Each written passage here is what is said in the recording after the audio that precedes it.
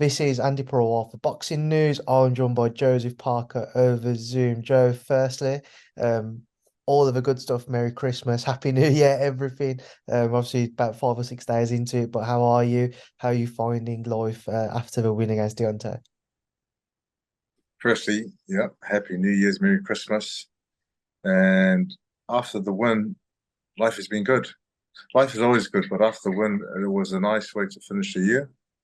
It was a busy year fighting 4 times, and I found that going into that fight with Wilder, I had a great feeling about it, and I was very confident in how it unfolded. I was very happy with following the plan and getting the win, which was the biggest and the best result for us. And now I'm in Samoa, spending time with my family before we lock in the next fight, the next camp, and continue this great momentum that we have. Joe, obviously, you mentioned going back, you're back home now, you're in Samoa with your family, just having some downtime, much deserved downtime after a busy period. Um, How difficult though of a decision was that to make? Because I know you're a very big family man in terms of you've just said to me off camera, you sacrificed Christmas, didn't get back until Boxing Day, which to many people might not think much of it, but for a boxer who's going to have had numerous training camps through that period, probably been away from your family over New Year's at times as well, I can imagine it gets difficult, but this one might have been a little bit more difficult as you have a young family now. You know what? For the last 3 Christmases, I haven't been home in New Zealand. For the one before we spent as a family in England after the win against Derek Chisora. The other Christmas, I was preparing for Jack Massey. So I was in England by myself and family was back home. And then this one, it wasn't a hard decision to make. Boxing for me, I love it with a passion, and my family know how much I love it and how much I want to do well in boxing. So it was an easy decision to lock in a fight and go out there and do my best and get the win.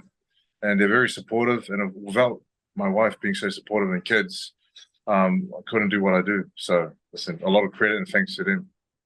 Joe, let's go back to fight night. I remember after the fight, I saw a tweet. I can't remember who it was, but somebody said that it was nice to see you finally get a big win after some frustrating fights recently. Obviously, you look at the AJ fight, the Joe Joyce fights, um, get a big win under your belt, and one which really catapults you to the top of the division now, catapults you back into those other bigger fights.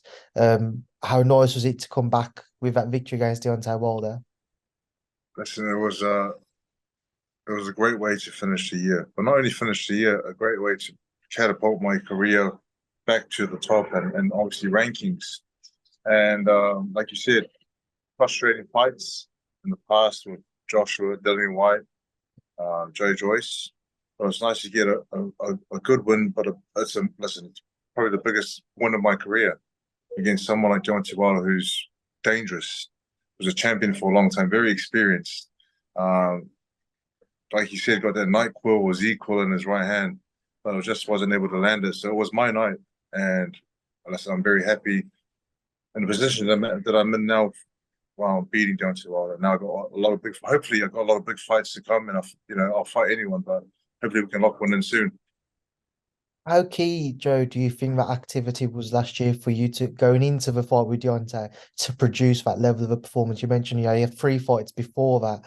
We saw with AJ as well. He had 2 fights before the Otto-Wallin fight, and then he produced a performance many said in his scenario was the best for the last few years. So for you, do you feel like you can echo the same words? Your activity last year played a significant Yeah, part in your performance. I feel like activity played a massive part. When you're busy fighting, you're always learning, and there's nothing like fighting. You can do all the sparring, all the training, all the running, boxing, whatever, boxing, punching the bag, speed ball, all of that. And nothing comes close to the feeling of walking to the ring and fighting in front of a big crowd. So I think with the activity, gave me great momentum for 2023, and it wasn't the level of opposition wasn't anywhere close to Wilder, or but each time we stepped it up bit by bit, and then obviously with the Wilder fight, it was like the finale for 2023 for us. Let's walk through the fight as much as we can, Joe. Just reflect on it for me, firstly, please. What was your perspective from the beginning till the end? How comfortable it felt for you? Did you ever feel like you was in danger at any point? In the beginning of the fight, because of Wilder's what he presents and how dangerous he is as a fighter, he could finish you off just like that, in the blink of an eye. So I was very cautious in the beginning, cautious, but I was picking my moments, picking my shots. And as the rounds progressed, I felt like I was gaining more confidence within what I was doing, and having little spurts here and there. And then coming back to the corner, Andy was saying that this is your time to take the chance and try to get him out of there, or take your chance while you have it. He's on the back foot, and there's not a lot coming back to you. So make the most of it. Which round 8, we were able to catch him with some good shots. Couldn't get him out of there. He shows a lot of heart, and maybe I need to work a bit more on power. But overall, I felt like I was in control, and felt like I was winning the fight from round 1 to round 12. There were a couple moments in the fight, Joe, where you looked like if the right punch had landed, you could have stopped Deontay. In those moments, how difficult was it to stick to the game plan that was serving you so well, but also not fall into the trap of maybe becoming a bit more cautious because Deontay at any point could just land that right hand? Going like the fight, a lot of moments where I saw he was hurt, and instead of being bit more patient and picking my shots, I got too excited and just like flying, trying to throw everything at him, and watching it back, a lot of shots missed, and he was able to avoid getting hit from a lot of shots, and he even came back with his own shots. So I think just the excitement, and a lot of fighters can say the same thing when you hurt a fighter. It just the excitement it takes over you, and you just want to go in there for the kill. But I think there's a lot to learn. There's a lot we need to work on in terms of picking your shots, staying a bit more calm, and being more deliberate. So it was quite evident, you was either in and out or you was quite close to him. You was never caught in mid-range in the fight, which was key to avoiding Deontay's power shots. With that in mind, how did you find trying to prep for that, trying to make sure you was never found in that distance, which was most suited towards him? Like with the camp and Andy Lee, George Lockhart working on strength conditioning and nutrition, and with Andy doing all the boxing, I felt that they came together and came up with a great plan. And we did a lot of work with my conditioning with George, and then with Andy bringing in the sparring partners he could get for us to practice all the moves we've been working on in the gym. And we did some great sparring in Ireland, and then we finished off in England with Tyson and a few others, and then I did some rounds in Saudi Arabia. And I feel like just the whole camp, having it in Ireland, in England, and Saudi, it was just sort of built up to be at prime and to be at my best when I was in Saudi for the week of the fight. Joe, I also want to just ask you about that relationship with Andy Lee. It's quite clear to everybody. You're very close. You have not just a good working relationship, but a very close bond outside of a ring.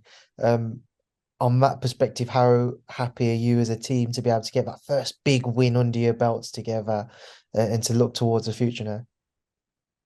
I feel like Andy and I have a great bond, and we have me, myself, Andy, and George Lockhart, and I feel like we have this great team that we are, to get this big win under our belt. It's not only for us, and I'm here in Samoa now, and the support is crazy. Back in New Zealand, everyone's been supporting and cheering us on. So for us, it's not only a great win for our team, but for everyone that's been backing us. And it's nice to get one finally, after a while. So you can obviously look towards the future now. That's going to be the question on many people's lips. We caught up very briefly after the fight. I asked you in a moment when you and Anthony Joshua passed, and he said he was proud of you on the back of that win, and you both exchanged some nice words. What is next for you? I asked you about that AJ fight. I know he's got the Ngannou fight, which I'll ask you about shortly, but where do you go next? I was trying to get an AJ fight, but it'd be nice to have the rematch. Now he's locked in fight Francis Ngannou, which I feel it's a good fight for him. It's it's a fight that everyone's talking about. It's a fight that everyone's buzzing about, I feel, and it'll be good to see what they do together. There's an option of Perkovic. I think there's Zhang's name is out there. Joe Joyce is calling me out. So if we can lock in a fight as soon as we can, like, I'm happy to fight. March. I'm keen to go again very soon, and hopefully we can lock it in soon. Something. Obviously, March 9th, well, March 8th is the reported date now for Joshua-Ngannou. So just going off what you said, you were, or you at least had some conversations there, some talks about the potential AJ rematch before he agreed and signed with Ngannou. Not really. I mean, it was from our side. We sort of just initiated and said, "Hey, we're keen to fight. If you want to take the fight or the rematch." But they had other plans. So respect to them and what their plans are. So it means we just have to find who next is available and someone in the top 10. You mentioned Zhilei Zhang. I did a Zoom interview with him yesterday, and he mentioned that he had, or his team had reached out, had a couple conversations with your team about a potential fight. Where do things sit with that? Do you think that he's maybe towards the top of the pecking order because of where he is with the WBO? I feel like he could be. I mean, the fight with Zhang, before I signed the fight with Wilder, Zhang and I already locked in to have a fight. I already agreed terms. So I don't think it's a hard fight to make, but at the moment I haven't heard anything back. Uh, I think both teams are still working on it behind the scenes, and I've just been busy drinking coconuts and eating mango. So hopefully I can hear something soon. Listen, they're very much deserved for you, Joe. Just kind of get your thoughts though on whilst we're talking about Zhang, there's also these reports that he might end up facing Deontay on the undercard of Joshua Ngannou. What do you make of a potential fight between Zhang and Deontay Wilder? I said, whatever fights they make on this card or all the cards they're working on, they are great fights, big fights. Like Zhang and Wilder together. They're like, think about it, that's massive, but I would like to be fighting, Zhang or whoever they have available, I'd like to fight. So I think it's just exciting to see all these big fights happen and come together to put on a great show. Obviously, with that March 8th date, that's about 2 or so months away now. They announced Day of Reckoning, I think it was about 6 weeks before fight night. Um, do you have a cut-off point as to when you'd like to know or not? I imagine you're going to want to have to, if you're on that card, get back over here, get back training with Andy. Yeah, I reckon give it a week or two. But I've already like my planning is that I'm gonna finish this trip off in Samoa and then head home to New Zealand and then head straight up to Ireland. And it's good to be in camp and stay ready, stay fit, stay focused, and whatever pops up, whether it's March, whether it's April, whenever it is, you're ready to go. So, but I'd like to get something locked in very soon. I reckon another week or two, and it'll give us a good length of camp. Just the final one I want to put to you, Joe, is that Joe Joyce rematch. He has mentioned you. I've seen that his name's cropped up now, mentioning you in a previous interview as potential fights for him to come back to this year. Obviously, he has those two defeats to Zhang. He'll be looking to try and get some confidence back. I imagine that's a fight you really want to right the wrong of. The performance you put against Deontay, that version of Joseph Parker, how does that version fare against the Joe Joyce that we saw at least most recently against Zhilei Zhang? Only one way to find out. Let's make it happen sometime this year. I know that the version of myself that fought Deontay Wilder is a lot different to the version that fought Joe Joyce. So the only way to see both versions of Joe Joyce and myself is to make a fight happen this year. Joe, just a final one before I let you go. Obviously, I know you're going to be cheering on, and you might even probably be there in Saudi when Tyson fights Alexander on February 17th. But just a word on him, your thoughts on his fight with Usyk, how you expect to see it all play out. I just think it's great that the fight's actually happening and locked in. And it's a fight that's been talked about for a long time, and we've never seen a unified champion, undefeated unified champion in a long time. So I think, listen, you know who I'm going for, you know who I'm backing, and so I'm very biased in that sense. Even if I said I'm going to take off my bias hat, it still sounds biased anyway. So I just think, I just think I know Tyson's going to take care of business, and he's going to be the unified champion. It's going to be great. You was obviously around in that camp for the Ngannou fight. He had a lot of critics after that fight. How assured are you that we don't see any of the similar mistakes that we did see against Ngannou, against Alexander Usyk? I think it's even if you have a great camp, and even if everything's gone right, and something messes up on fight week and fix the fight on fight night, that's all that everyone remembers is the fight night. So I know that this time he's going to get it right, all from the start to the end. And Francis Ngannou put on a hell of a fight, best fight of his life, and Tyson didn't perform to his best. And now we got this big fight with AJ and Francis Ngannou because of that performance, and now we've got Fury-Usyk. So there's a lot of fights to look forward to. Right, Joe, listen, I want you to get back to your family, enjoy the rest of your day. I've made a complete hash of trying to work out the time difference between us for some reason. We got there. Yeah, We we got got there. there in the end. But thank you for speaking to me. Enjoy the rest of your downtime. And I look forward to catching up with you soon. Thank you for speaking to Boxing News. Thanks, Andy.